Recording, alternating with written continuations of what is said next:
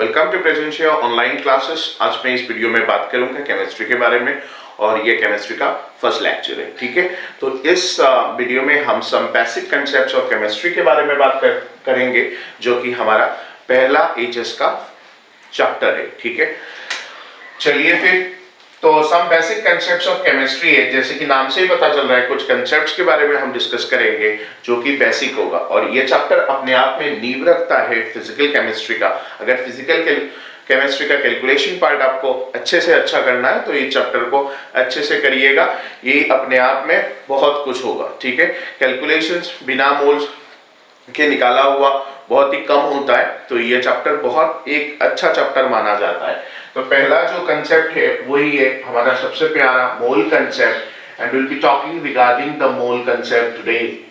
Okay, will be talking regarding the mole concept in the whole class of today.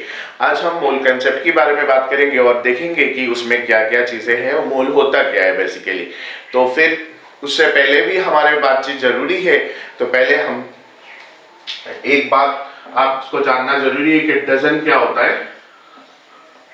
Dozen आपको पता है, सभी को पता होगा। हिंदी में इसको दर्जन बुलाते हैं और इंग्लिश में इसको डजन बोलते हैं। डजन में आप बोलो कि क्या होता है डजन का मतलब। डजन का मतलब होता है कोई 12 नंबर ऑफ पीसेस, या फिर 12 पीसेस भी बोल सकते हैं।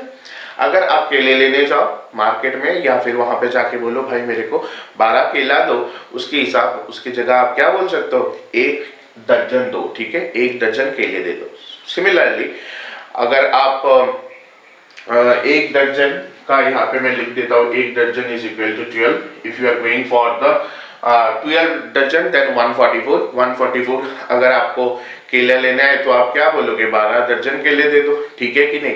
जब 144 ना बोल के आपने बोला 12 दर्जन, इसका मतलब होता है कि बहुत ही बड़ा नंबर था, उसको आपने छोटा नंबर में बोला कि 12 दर्जन दे दो। That is our convenient, right. 144 ना बोल के उस चीज को हम क्या बोले कि 12 दर्जन दे दो। करेक्ट, यहाँ तक सबको बात समझ में आया होगा। चलिए और बात करते हैं। आप जैसे शक्कर लेने गए हो तो 1 केजी शक्कर लेने गए हो तो आपने शुगर लेने गए और 1 केजी लेने गए। आप 1 केजी लेने गए तो आपने नहीं बोला होगा 1000 ग्राम शक्कर दे दो, ये नहीं बोला होगा आपने क्या बोला होगा, 1 केजी शक्कर दे दो। बिकॉज 1000 आपके लिए कन्वीनियंट नहीं रहा। 1000 ग्राम आप नहीं बोल रहे, किसने नंबर तो बड़ा हो गया अभी। अब नंबर बड़ा हो गया तो हमने क्या बोला, इसको 1 केजी बोला। मतलब बड़ी नंबर को छोटे से हमने रिप्रेजेंट करे 1 केजी दे दो शक्कर। ठीक है, इसका ये मतलब होता है कि अगर बड़ा नंबर है कन्वीनियंट के हिसाब से उसका दूसरा नाम दिया जा रहा है। ठीक है, और बातचीत होगी इसमें। चलिए देखते हैं, जैसे कि 1 टन शक्कर दे दो आपको बोला गया है। ठीक है, 1 टन शक्कर दे दो।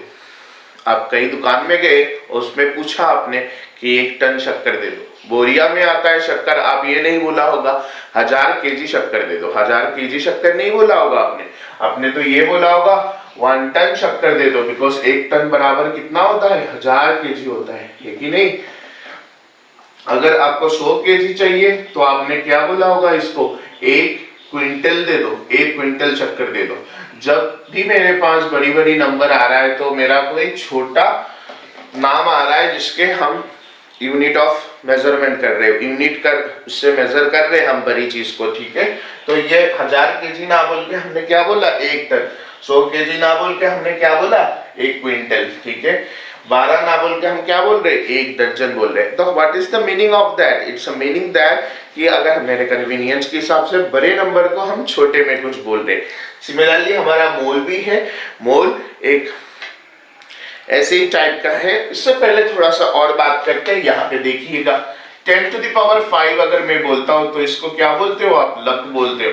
10 to the power 6 में अगर बोलता हूँ तो इसको क्या बोलते हो, मिलियन बोलते हो। 10 to the power 9 अगर मैं बोलता हूँ तो इसको क्या बोलते हो, बिलियन बोलते हो। ठीक है, यहाँ तक समझ आया, पूरा क्लियर क्रिस्टल। तो ये जो नंबर होते हैं, तो ये नंबर क्या है फिर, ये तीनों नंबर है। और ये तीनों नंबर 10 to the power 5 ना बोल के मैं क्या बोल रहा हूँ, लक बोल रहा हूँ। 10 to the power 6 ना बोल के मैं क्या बोल रहा हूँ, मिलियन बोल रहा हूँ। 10 to the power 9 ना बोल के इसको बिलियन बोल रहा हूँ। मतलब जब भी बड़ा नंबर आ रहा है मैं छोटे से नाम से इसको बुला रहा हूँ। ठीक है कि नहीं। तो मैं और भी मैं बात कर लेता हूँ इसके बारे में। देखो जैसे कि 10 to the power 3 है, दैट इज 1000। तो 10 टू द पावर 3 को तो 1000 ही बोलते हो, ना कि 10 into 100। 10 तो नहीं बोलते हो ना इसको 10 कभी नहीं बोलते हो, इसको क्या ही बोलते हो, 1000 ही डायरेक्ट बोलते हो इसको क्या बोलते हो, 1000 बोलते हो। क्लियर? यहाँ तक बात आपको, यहाँ तक बात समझ में आ गई। इतने बड़े बड़े नंबर थे, हमने छोटे से कुछ से बुला रहे उसको 10 to the power 3000, that is हम लोग 1000 बुला रहे हैं, ना कि 10 बुला रहे। ऐसे ही हमारा मोल भी है, और मोल को हम लोग बोलते हैं, एक मोल बराबर होता है 6.0221367 into 10 to the power 23 particles. इतने पार्टिकल्स, ठीक है, इतने particles. 1 mole is equal to 6.0221367 into 10 to the power 23 particles. अब इस पार्टिकल्स क्या क्या हो सकता है वो बात देखते हैं पहले। ये पार्टिकल्स क्या क्या हो सकते हैं। ये पार्टिकल ये हो सकते हैं कि अब मैंने यहाँ पे पार्टिकल क्या क्या हो सकते हैं, पहले ये चीज देख लो आप। ये पार्टिकल क्या क्या हो सकते हैं, तो ये पार्टिकल्स या आपका एंटिटीज भी लिखा हो सकता है यहाँ पे, तो एंटिटीज या फिर पार्टिकल्स, बुक में एंटिटीज भी लिखा होता है। तो ये जैसे नंबर बड़ा है तो मेरे को इतना जरूरत नहीं है 6 अब मेरे को 6.022 into 10 to the power 23 particles, इतना तक ही मेरा ठीक है। पार्टिकल्स क्या हो सकता है, केमिस्ट्री में की बात कर रहा हूँ, बिकॉज अब तो केमिस्ट्री में आप 1 मोल जाके नहीं बोलोगे दुकान में, राइट? अब तो केमिस्ट्री में ही बोलोगे, या फिर फिजिक्स में थोड़ी बहुत अगर बोलना पड़ा तो वो वहां पे बोलोगे। तो अब हमारे लिए पार्टिकल्स का जानकारी होना जरूरी है। वो क्या हो सकते हैं, एटॉम्स हो सकते हैं, मॉलिक्यूल्स हो सकते हैं, आयन्स हो सकते हैं, इलेक्ट्रॉन्स हो सकते हैं, प्रोटॉन्स हो सकते हैं, और न्यूट्रॉन्स भी हो सकते हैं। क्या हो सकता है, प्रोटॉन्स, न्यूट्रॉन्स भी हो सकते हैं। मेरे ख्याल से न्यूट्रॉन्स तक आपको दिख रहा होगा स्क्रीन में। तो फिर 1 mole is equal to 6.022 into 10 to the power 23 particles होता है। और पार्टिकल्स केमिस्ट्री में क्या है, हमारा atoms, molecules, ions, electrons, protons and neutrons. हमको पार्टिकल्स या एंटिटीज उनको बोल सकते हैं। क्लियर यहाँ तक? तो अभी पहले 1 मोल को डिफाइन करते हैं। 1 मोल को डिफाइन करते हैं, तो लिख लो यहाँ पे definition of 1 mole. Definition of mole लिख लो यहाँ पे, बस definition of mole. 1 mole of any substance, 1 mole of any substance is defined as the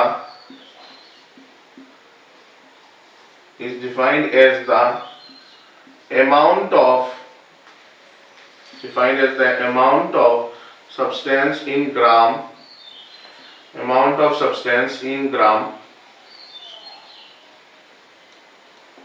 that contains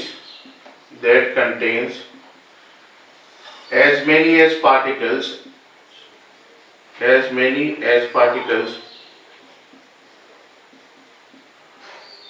as there are atoms in 12 grams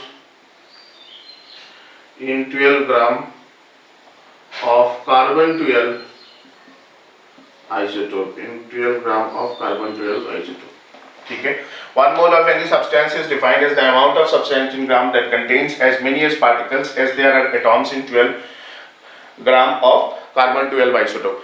तो कार्बन 12 के आइसोटोप में 12 ग्राम के carbon 12 के isotope में जितने नंबर ऑफ एटॉम्स रहते हैं उसी को ही 1 मोल बोलते हैं, ठीक है। 1 mole of any substance is defined as the number of, that is the number of the particles which is present over there, which is similar to that of atoms present, number of atoms present as there are atoms in 12 gram of carbon 12 isotope. बात को समझते हैं पहले, isotope क्या होता है। Isotope क्या होता है पहले समझो इस चीज को। आइसो का मतलब होता है सेम। आइसो का क्या मतलब होता है, सेम। और टोप, यहाँ पे टोप दिख रहा है और ये पी भी दिख रहा होगा आपको। पी फॉर प्रोटॉन आप याद रख लेना है इसको, ऐसे ट्रिक के हिसाब से पी फॉर प्रोटॉन, तो आपकी काम सरलता से बन जाएगा कि the same number of the same elements having the same number of protons are called isotope. उनको क्या बोलते हैं, isotope. Elements having the same number of protons are called isotopes. उनमें प्रोटॉन सेम होंगे, जैसे कि कार्बन 12 हो गए, कार्बन 13 हो गया, या फिर कार्बन 14 हो गया। तो इनमें जो नंबर ऑफ प्रोटॉन्स का संख्या देखोगे 6 है इनमें, तो उनमें कोई दिक्कत नहीं है, वो क्या होंगे, आइसोटोप होंगे। क्लियर यहाँ तक? इसके बारे में और जानकारी लेते हैं, मोल के बारे में चलिए बात करते हैं फिर। तो जैसे कि 1 मोल मैंने बोल दिया आपको, तो 1 मोल की डेफिनेशन आप समझ गए। तो यहाँ पे मैं एक 12 ग्राम का थैली ये समझ लो, पर उसमें मूविंग फर्दर कि ये नंबर कैसे आया, तो मास स्पेक्ट्रोमीटर से हमने क्या किया, मास ऑफ 1 कार्बन एटॉम निकाला, 1 कार्बन एटॉम निकाला, कार्बन 12 का एटॉम मतलब, ठीक है। Mass of 1 carbon atom is equal to कितना होगा, कितना निकाला था मास स्पेक्ट्रोमीटर से, साइंटिस्ट ने निकाला कि मास स्पेक्ट्रोमीटर से mass of 1 carbon atom that comes out to be 1.992648 into 10 to the power -23 gram, इतना ग्राम आया था, ठीक है। मास ऑफ 1 कार्बन एटम कितना आया था, 1.992648 into 10 to the power -23 gram. Mass spectrometer आपके सिलेबस में नहीं है, एक इंस्ट्रूमेंट है जिससे हमने छोटा सा एक कार्बन एटम का मास निकाला। तो आप मेरे को बात बता सकते हो, ये 12 ग्राम का अगर थैली है या फिर बॉक्स है, कोई भी बक्सा है या फिर थैली है, तो इसमें नंबर ऑफ कार्बन एटम्स कितना रहेगा? बस समझाने के लिए मैं ऐसे थैली बोल रहा हूँ आपको, 12 डिवाइडेड बाई ना, एक का अगर 1.992648 into 10 to the power -23 है, अब समझो इस बात को, तो क्या हो जाएगा, टोटल का निकल जाएगा अभी, है कि नहीं। तो इसमें टोटल नंबर ऑफ एटॉम्स, अगर कार्बन एटॉम्स निकालना है इस 12 ग्राम में कितना है, तो 12 डिवाइडेड बाय इतना, तो इस that will come out as 6.022 into 10 to the power 23, ठीक है। तो यहाँ पे इतना एटॉम्स पर मोल आता है, इतना एटॉम्स पर मोल, ठीक है। तो यहाँ तक आपको समझ में आ गया होगा कि कैसे ये नंबर आया, और इसी नंबर को हम लोग क्या बोलते हैं, एवोगैड्रोस नंबर। इसको नंबर को क्या बोलते हैं, एवोगैड्रोस नंबर, एवोगैड्रोस नंबर बोलते हैं इस नंबर को। समझ में आया यहाँ तक? और इसे रिप्रेजेंट कैसे करते हैं, Na से रिप्रेजेंट करते हैं, Na से रिप्रेजेंट करते हैं, ठीक है। तो 6.022 into 10 to the power 23 is Avogadro's number and that's been represented by Na। Clear यहाँ तक? बस यहाँ से हम लोगों को 2-3 चीजें अच्छे से अच्छी जानकारी होना चाहिए कि 1 मोल बराबर कितना होता है और 1 मोल का कैसे निकालते हैं, ठीक है। 1 मोल बराबर कितना होता है, देखो अभी फंडामेंटल पार्टिकल्स की बात करूंगा। फंडामेंटल पार्टिकल्स क्या क्या होते हैं, जैसे fundamental particles electrons, protons and neutrons, इनके चार्ज का बात करना जरूरी है। पहले मास का लिख लेते हैं, मास और यहाँ पे चार्ज, मास या चार्ज, ठीक है। मास यहाँ पे और चार्ज यहाँ पे। तो इलेक्ट्रॉन का जो मास होता है वो होता है 9.1 into 10 to the power -31 kg। अगर प्रोटॉन का मास मैं पूछूं आपसे तो आप क्या बताओगे, 1.67 into 10 to the power -27 kg। अगर मैं न्यूट्रॉन का बताऊं तो same 1.67 into 10 to the power -27 kg। Clear यहाँ तक?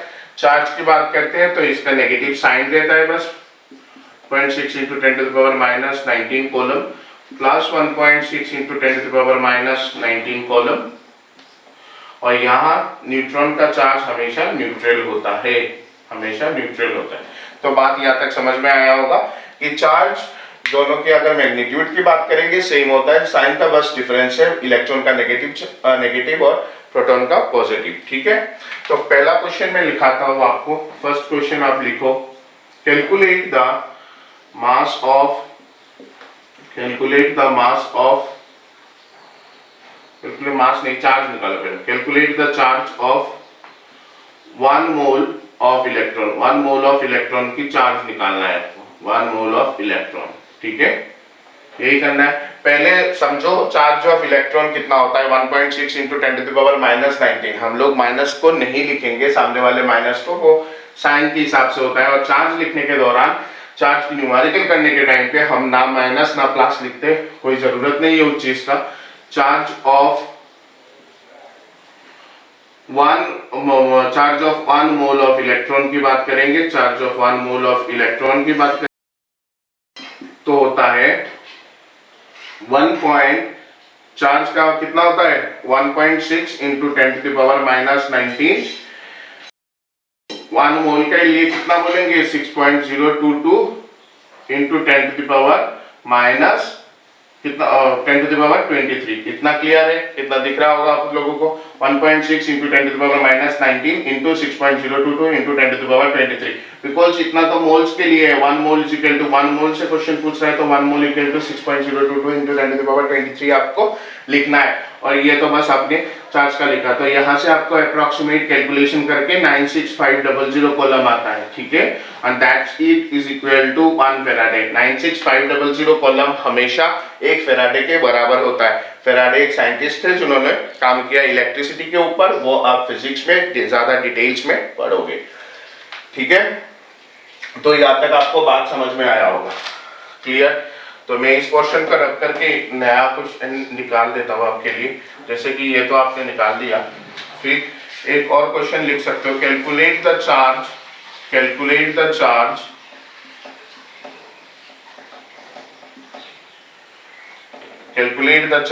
ऑन चार्ज इन फेराडे लिख लो। Calculate the charge in Faraday in 1 mole of Na positive, in 1 mole of Na positive ion, Na positive ion में कितना charge रहेगा 1 मोल के लिए, ठीक है, 1 मोल के लिए। तो इसके बाद को और समझते हैं, यहाँ पे थोड़ा सा देख लीजिए। 1 मोल ऑफ इलेक्ट्रॉन जब बोला तो 1 फेराडे आया, ठीक है। अगर आपसे 2 मोल इलेक्ट्रॉन के चार्ज पूछे, 2 मोल इलेक्ट्रॉन के चार्ज पूछे तो 2 फेराडे आएगा, ठीक है। आधा मोल का पूछे तो हाफ फेराडे, ठीक है, इन टर्म्स ऑफ फेराडे अगर मैं बोलूं तो। Calculate the charge in Faraday in 1 mole of Na positive ion. तो आपको पहले पता होना चाहिए कि अगर Na है और इससे Na पॉजिटिव बन रहा है तो मतलब इसने एक इलेक्ट्रॉन छोड़ा होगा, that is it must lose 1 electron to become Na positive. यही तो होगा, Na पॉजिटिव तभी बनेगा जाकर, तो Na से Na पॉजिटिव तब बना जब एक इलेक्ट्रॉन छोड़ा उसने। पर यहाँ पे 1 मोल, तो 1 मोल अगर Na से Na पॉजिटिव बनना है तो 1 मोल ऑफ इलेक्ट्रॉन छोड़ना पड़ेगा। और आपको पता है कि 1 मोल ऑफ इलेक्ट्रॉन का चार्ज कितना होता है, 1 मोल ऑफ इलेक्ट्रॉन का चार्ज कितना होता है 1 फेराडे होता है। Charge of 1 mole of electron equal to 1 faraday. Therefore यहाँ पे कितना छोड़ रहा है, 1 मोल ही तो इलेक्ट्रॉन छोड़ रहा है, तो 1 मोल इलेक्ट्रॉन छोड़ने का मतलब यही होता है कि 1 फेराडे चार्ज है उसका, क्लियर। यहाँ तक 1 फेराडे चार्ज है, तो आप क्या लिखोगे, therefore charge is equal to कितना होगा टोटल 1 फेराडे, क्लियर। आंसर यहाँ तक आपको समझ में आया होगा। अगर इसी क्वेश्चन को मैं दोबारा चेंज करके लिथियम पॉजिटिव के लिए कराऊं, लिथियम पॉजिटिव के लिए कराऊं, lithium positive ion, Li positive ion in 2 mole of lithium, 2 mole के लिए क्या करोगे, तो 2 मोल के लिए हमारे क्या होगा 2 फेराडे होगा, है कि नहीं, 2 फेराडे होगा। टोटल चार्ज कितना बन जाएगा 2 फेराडे, वेरी इजी, कुछ करना ही नहीं है। अगर मैं यहाँ पे थोड़ा सा क्वेश्चन और बदल देता हूँ, जैसे 1.5 मोल ऑफ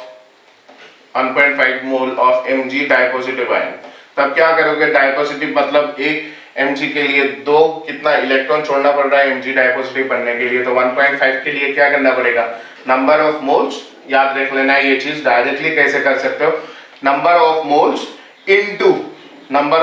इनटू उसका चार्ज मतलब 2, तो इस यहाँ से कितना आ जाएगा 3 फेराडे, इसका आंसर आ जाएगा। कितना आ जाएगा 3 फेराडे, समझ में आया, 3 फेराडे इसका आंसर आ जाएगा। नेक्स्ट क्वेश्चन अगर करते हैं, calculate the charge in Faraday, calculate the charge in Faraday, calculate the charge in Faraday in 2 mole of Al try positive में कितना होता है, तो आपको कितना देखना है, नंबर ऑफ मोल्स देखना है। पहले 2 है, चार्ज कितना है 3 है, तो आंसर कितना आ जाएगा 6 है। 6 फैराडे इसका आंसर आ गया। समझ में आया यहाँ तक? अगर नेगेटिव भी रहा, कोई बच्चा ये भी सोचता है कि अगर सल्फेट आयन हुआ या फॉस्फेट आयन हुआ तो चार्ज वहां पे जितना होगा उससे आप एजाइड आयन हुआ तो कैसे निकालेंगे, ठीक है ना। तो ऐसे कोई भी होगा क्वेश्चन तो उसके माथे के ऊपर चार्ज देख लो पहले, ठीक है, और चार्ज से क्या करोगे, नंबर ऑफ मोल्स को इनटू कर दोगे, आंसर आ जाएगा, ठीक है। अब हम और करते हैं क्वेश्चन। एक क्वेश्चन लिखो, कैलकुलेट द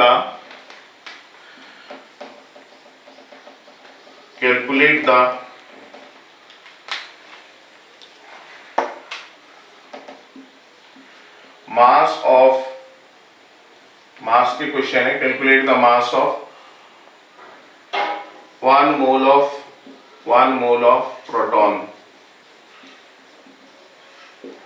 ठीक है। 1 मोल ऑफ प्रोटॉन का मास निकालना है। तो एक मास ऑफ 1 प्रोटॉन तो आपको पता है, मास ऑफ प्रोटॉन आपको पता होता है, कितना होता है बताओ, 1.67 इंटू 10⁻⁻27 kg इतना होता है। देयरफॉर मास ऑफ 1 मोल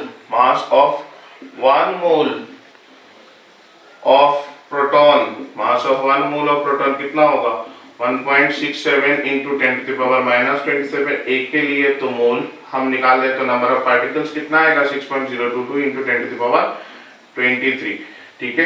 तो इससे अगर आप कैलकुलेट करोगे 10.057 आ जाएगा इंटू 10⁻⁻4 ये करोगे तो -4 kg which will be approximately equal to 1 ग्राम के आसपास आ जाएगा, ठीक है, mass of 1 mole of proton. यहाँ तक आपको समझ में आया होगा। नेक्स्ट क्वेश्चन करते हैं फिर, calculate the mass of 1 mole of electron करेंगे। आपकी बार क्या करेंगे, इलेक्ट्रॉन करेंगे। मास ऑफ 1 मोल ऑफ इलेक्ट्रॉन, तो इलेक्ट्रॉन का मास कितना है 1 मोल का, ये देख लेते हैं। मास ऑफ इलेक्ट्रॉन कितना होता है आप सबको पता है, mass of electron is 9.1 into 10⁻⁻31 kg, इतना ही होता है मास ऑफ इलेक्ट्रॉन। अब mass of 1 mole of electron निकालना है, mass of 1 mole of electron आपको निकालना है। तो 1 मोल के लिए कितना है 6.023 इंटू 10⁻23 से इंटू करना है 6.022 इंटू 10⁻23 इंटू 9.1 इंटू 10⁻⁻31 kg, ठीक है कि नहीं। तो यहाँ से आपको अगर निकालना है तो 54.8 इंटू 10⁻कितना हो जाएगा -8 kg इंटू 10⁻�8 kg, ठीक है। यहाँ तक समझ में आया। तो इतना kg कितना हो जाएगा 1 मोल का मास हो जाएगा, मास ऑफ 1 मोल ऑफ इलेक्ट्रॉन का यही आंसर आएगा, ठीक है। तो नेक्स्ट क्वेश्चन को करते हैं। एक और क्वेश्चन इसके साथ हो सकता है, इसमें ये क्वेश्चन बन सकता है कि calculate the number of moles of electron which will weigh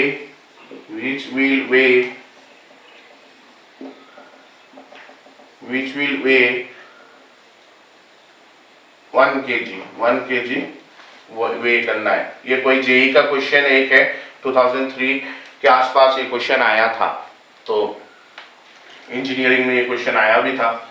इस क्वेश्चन को करो, the number of moles of electrons which will way 1 kg, तो कितना number of moles of electron होगा जो कि 1 kg करेगा। तो मेरे को पहला चीज बताओ, मास of 1 mole of electron, mass of 1 mole of electron कितना होगा, मास ऑफ 1 मोल ऑफ इलेक्ट्रॉन होगा 1 कितना हो जाएगा, अब पहले उसके 9.1 इंटू 10⁻⁻31 इतना आपको समझ में है, 9.1 इंटू 10⁻⁻31 इसका तो एक का मास हुआ, एक इलेक्ट्रॉन का मोल को करना है तो 6.022 इंटू 10⁻23 करना है।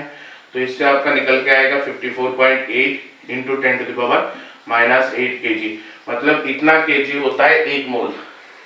सो 54.8 into 10⁻⁻8 kg is equivalent to कितना हो जाएगा, तो वो इज इक्वल टू कितना हो जाएगा, मास of 1 mole of electron, mass of 1 mole of electron, mass of 1 mole of electron. ठीक है, यहाँ तक समझ में आ रहा होगा, मास ऑफ 1 मोल इलेक्ट्रॉन। देयरफॉर अगर मेरे को 1 केजी वे करना है, बिकॉज क्वेश्चन में 1 ही केजी पूछा जा रहा है, therefore 1 kg is equal to simple unitary method 1/54.8 into 10 to the power -8 mole of electron. इतना ही है, इतना mole of electron, that is equal to 10 to the power 8 -8 अगर ऊपर गया तो 10 to the power 8 हो जाएगा by 54.8 mole of electron, mole of electron. Clear यहाँ तक सबको, क्लियर यहाँ तक सबको, ठीक है, समझ आया यहाँ तक सभी को। तो आज के लेक्चर यहाँ तक ही होता है। तो इसी उत्साह उमंग के साथ दोस्तों दोबारा मिलेंगे, तब तक के लिए ख्याल रखिएगा, खुश रहिए।